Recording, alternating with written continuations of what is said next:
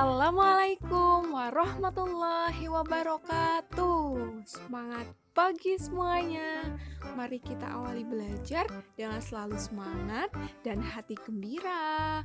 Jangan lupa siapkan alat tulis kalian, catat hal-hal penting, dan jangan lupa berdoa sebelum dan sesudah belajar.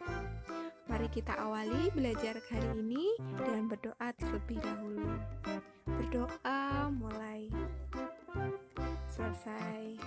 Hari ini kita akan belajar tema 1, subtema 3, dan pembelajaran 2. Cermati dan perhatikan dengan seksama agar kalian dapat memahami dengan baik. Tujuan pembelajaran dalam video kali ini nantinya kalian diharapkan 1. Mampu memahami kelainan tulang sebagai salah satu organ gerak manusia. 2. Mampu mengolah informasi dari bacaan dan menentukan ide pokok dari setiap paragraf. Dan yang ketiga, dapat membuat komik. Sekarang kita akan belajar macam-macam kelainan pada organ gerak pasif atau tulang. Di antaranya fraktura atau patah tulang, yaitu kelainan pada tulang yang disebabkan oleh benturan benda keras. Benturan dapat berupa kecelakaan atau jatuh. Fraktura dibedakan menjadi 2. 1. Fraktura tertutup, yaitu patah tulang yang tidak sampai merobek kulit atau otot. Bisa dilihat pada gambar nomor 1 ya. Kemudian yang kedua, fraktura terbuka, yaitu patah tulang yang merobek atau menembus kulit atau otot. Silahkan bisa diperhatikan pada gambar seperti itu.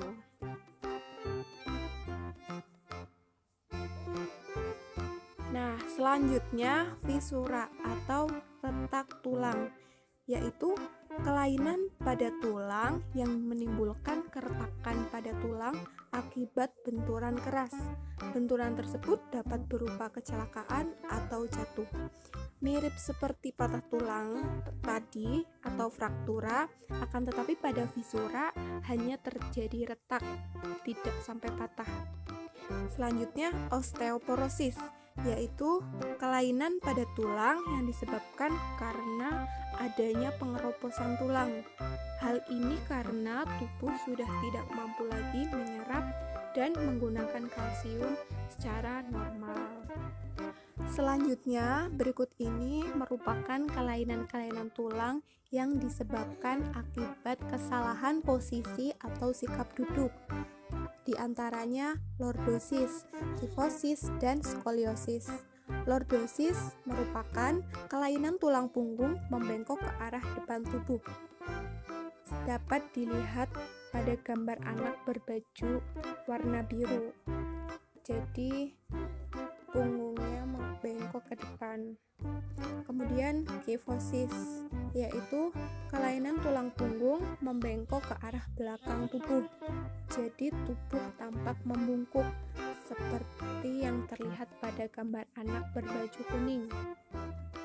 Dan skoliosis, yaitu kelainan tulang punggung membengkok ke arah samping tubuh, baik ke samping kanan ataupun ke samping kiri.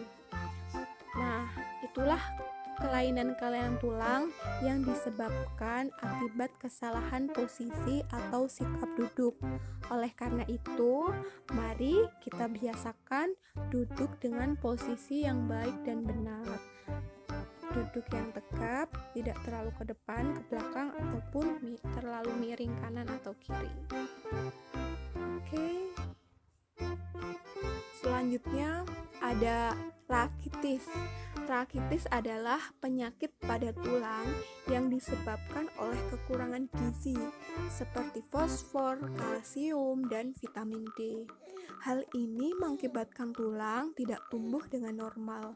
Penyakit ini dapat membentuk tulang kaki menjadi bengkok seperti huruf O ataupun X. Nah, dapat dilihat pada gambar berikut ya.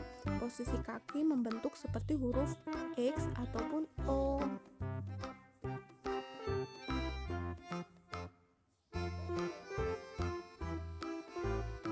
Selanjutnya, rematik. Penyakit ini menyebabkan rasa nyeri pada persendian. Rasa nyeri ini terutama dirasakan pada pergelangan tangan, kaki, dan siku. Sekarang saatnya kita membaca. Mari kita baca bacaan berikut ini.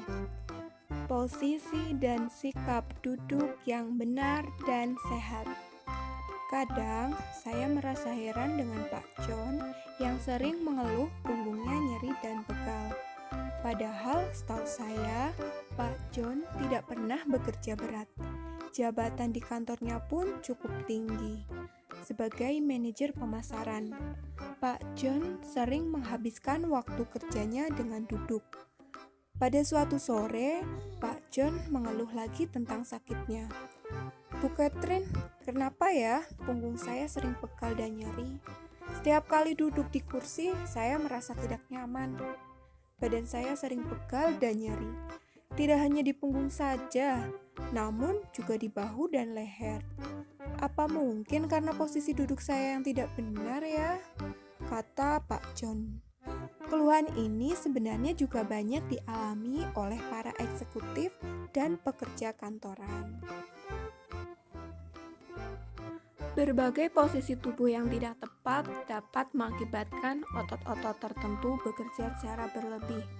Misalnya saat duduk menulis, bekerja di depan komputer dengan posisi duduk yang tidak tepat, kebiasaan menelpon dengan menjepit telepon di antara kuping dan bahu. Hal-hal semacam inilah yang mengakibatkan munculnya keluhan-keluhan seperti apa yang dialami oleh Pak John. Tulang punggung merupakan bagian tubuh yang memiliki peranan besar dalam menjaga kestabilan tubuh. Tidak dapat dipungkiri bahwa sebagian aktivitas sehari-hari kita dilakukan dengan posisi duduk, sehingga sangatlah penting untuk mengetahui posisi duduk yang benar untuk menjaga kesehatan tulang punggung kita. Lalu, bagaimanakah posisi duduk yang benar untuk mencegah terjadinya nyeri dan pegal pada punggung, bahu, dan leher itu? Posisi dan sikap duduk yang benar itu adalah posisi dan sikap duduk yang ergonomis. Pada saat duduk, usahakan posisi kepala berada segaris dengan tubuh dan menghadap ke depan. Bahu rileks dengan lengan berada pada kedua sisi tubuh. Siku menempel pada tubuh dan menekuk membentuk sudut 90-120 derajat. Punggung harus ditopang secara penuh dengan penopang pada saat tegak atau sedikit bersandar. Posisi paha dan panggul ditopang oleh dudukan kursi dan sejajar dengan lantai. Sedangkan lutut setinggi panggul membentuk sudut 90 derajat. Dapat dilihat pada gambar ya. Meskipun sudah dapat melakukan posisi dan sikap duduk yang ergonomis, namun juga tidak boleh duduk dengan jangka waktu yang lama. Oleh karena itu, seringlah beranjak atau sekedar mengubah posisi. Jika diperlukan, lakukan gerakan peregangan agar otot-otot kembali lemas dan tidak terjadi kekakuan. Selain itu, pada saat duduk, jika ingin mengambil sesuatu yang berada di belakang, jangan sampai memuntir punggung. Sebaiknya putarlah keseluruhan tubuh sebagai satu kesatuan. Memenuhi kebutuhan cairan tubuh juga dapat menjaga kesehatan tulang kita. Meskipun kebutuhan cairan tiap orang berbeda-beda, namun paling tidak kita harus minum minimal 6 gelas sehari. Hal ini berfungsi untuk menjaga kelembaban otot dan tulang sehingga dapat dengan rileks melakukan fungsinya. Ada yang tidak kalah pentingnya lagi, yakni pilihlah meja dan kursi yang tepat pula. Dengan demikian akan terhindar dari timbulnya rasa nyeri dan pegal setelah duduk.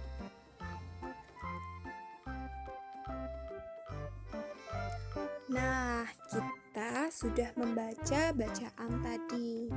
Tentunya kalian sudah memahami isi bacaan tersebut, bukan? Bacaan yang kita baca tadi bisa disajikan ke dalam bentuk komik agar lebih menarik seperti pada gambar berikut. Nah, tahukah kalian apa itu komik? Komik adalah suatu bentuk seni yang menggunakan gambar-gambar tidak bergerak dan disusun sedemikian rupa sehingga membentuk jalinan cerita. Biasanya, komik dicetak di atas kertas dan dilengkapi dengan teks. Teks dalam komik berfungsi untuk menjelaskan, melengkapi, dan memperdalam penyampaian gambar secara keseluruhan. Teks atau kata-kata biasanya disajikan dalam gelembung-gelembung yang diserasikan dengan gambar. Nah, kita lihat contoh komik berikut ini. Dalam komik tersebut, kita lihat ya, terdapat gelembung-gelembung yang di dalamnya berisi percakapan ataupun tulisan yang menjelaskan gambar tersebut. Kalian bisa cermati contoh komik berikut.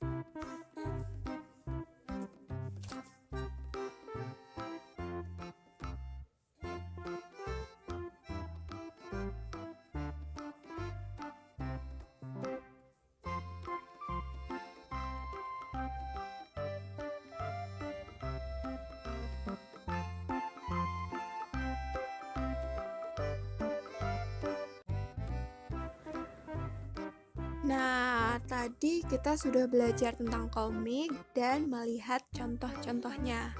Sekarang, yuk saatnya mencoba membuat komik. Buatlah komik dengan memilih salah satu tema berikut ini. Buatlah pada buku gambar atau kertas gambarmu. Selamat berkreasi.